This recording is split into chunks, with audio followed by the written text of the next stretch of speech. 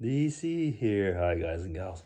Well, it is tag time. I'm on Monday and I'm doing Dave's Saturday tag. I've just finished doing Jasmine's tag, and so those of you who watch both tags will say he hasn't moved. And you're right, I haven't moved. I'm in the kids' playroom, the grandkids' playroom. Okay, so Dave's tag from March 11, 2023, with 7 questions. And let's see what we can say about these 7 questions. What is the most unselfish thing that you have done for someone you love?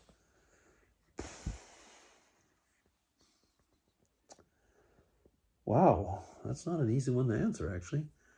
Um, okay, when it's been a few years back now, because I don't like saying things like that. It's kind of like not being humble or something when you start saying things like that. I don't know. I had an aunt. Um, this is my dad's sister, and if we go into Quebec lore, actually, so when I was baptized as a child, she was the person carrying me.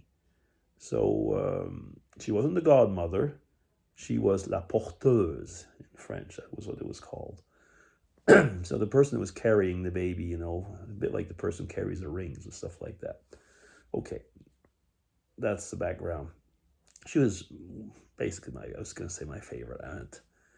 She could not have children. They adopted. That's a long story anyway. But things went wrong, went south with her husband and so on. She got a cancer and was in a hospital where just waiting basically to die. Took about 6 months. I was living in Switzerland. Um, every day I called her to be able to help her get through it because she was having all type of stuff. She was not in great shape, and yeah, I mean, she came to see us in Switzerland as well, and so on. And yeah, I mean, it was. I don't know if that's an unselfish thing, but I mean, I felt it was something I wanted to do, so I did it for a long time. And when she died, well, I was going to say she was gone. Nobody ever thanked me for stuff like that, if that's one of the definitions, I suppose. But yeah, it was important. Question 2: is it better to love and fail in the relationship than to never love at all? Probably better to love and know what love is. Fail in the relationship's a pity because we never know how much harm is done. You know, if the fail means, the beginning of a nuclear war, probably it'd be better not to fall in love. Um, to love and fail, meaning, for example, that the lives of children or other people are completely shattered, one can wonder. One can wonder. If we think of ourselves in a selfish way, it's probably better to love and fail, but if we think about others, excuse me, COVID. I'm sorry. Yeah, that's what I think.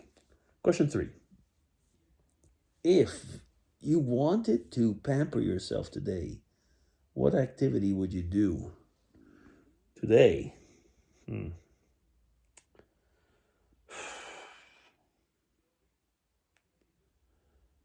Let me see. If I was Mrs. DC, it'd probably be something like a nice massage or something like that. For me, if I was going to pamper myself today, maybe I'd go geocaching if I felt, go on a nice walk in the woods, something like that, and just enjoy the time outside like that. I think maybe something like that. Um, or maybe, depending on how I'm feeling, I really want to relax, a beer or a glass or some whiskey, a dram of whiskey or something like that. That would pamper me. Yeah.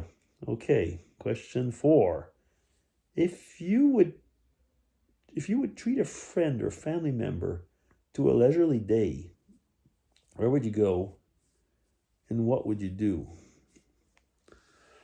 Let me see now. Again, it all depends on which family member, which friend.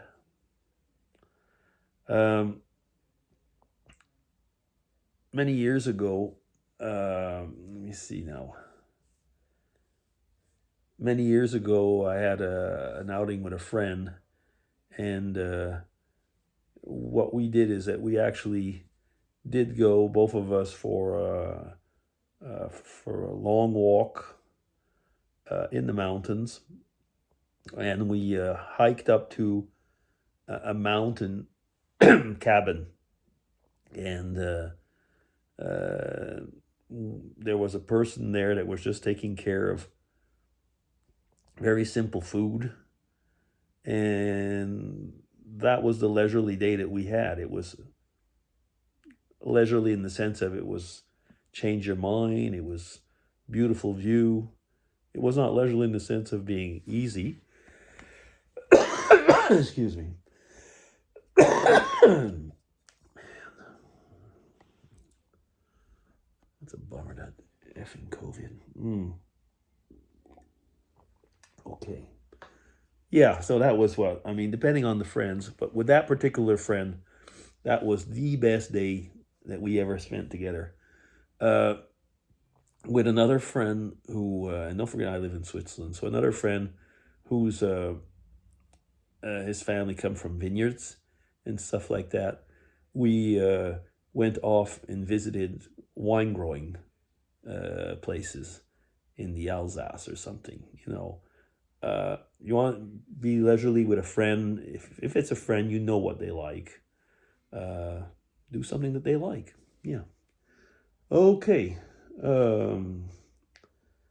Question 5. What is the best material gift that you can reward yourself with? Oh, goodness. That I could reward myself with. My last year at work, I rewarded myself with a really nice camera. A really nice camera. And I think that was it. I mean, I enjoy that thing. And the year before that, to be frank, I knew there was going to be money was going to run out as soon as I retired. So probably I was stupid, and did spend where I shouldn't have. But I got myself a good computer also, because I knew I'd need a good computer to work with that good camera. Yeah. Is that answering the question? The best material gift that you can reward yourself with? Yeah. And I got an e-bike. I spent a lot of money last year. Yeah.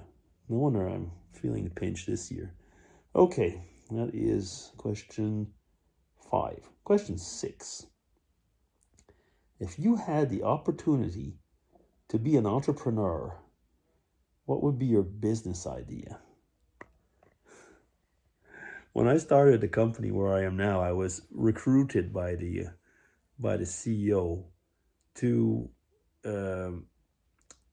add value to the ingredients that stem from milk, but using it in a health-wise added value. Now, since I come from business, I was in the pharma business. I had a business model of making actually, I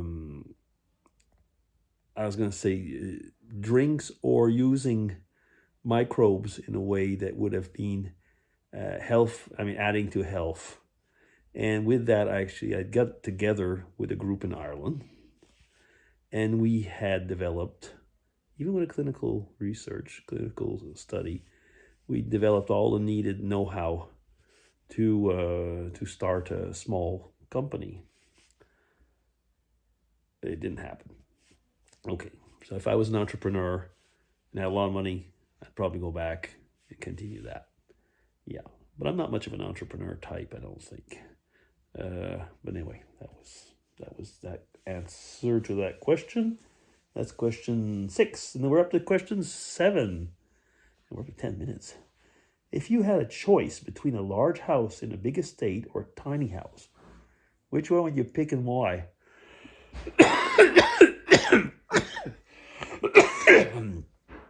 The large house. I know a lot of you have said this, the tiny house. I'd have the large house because I would have,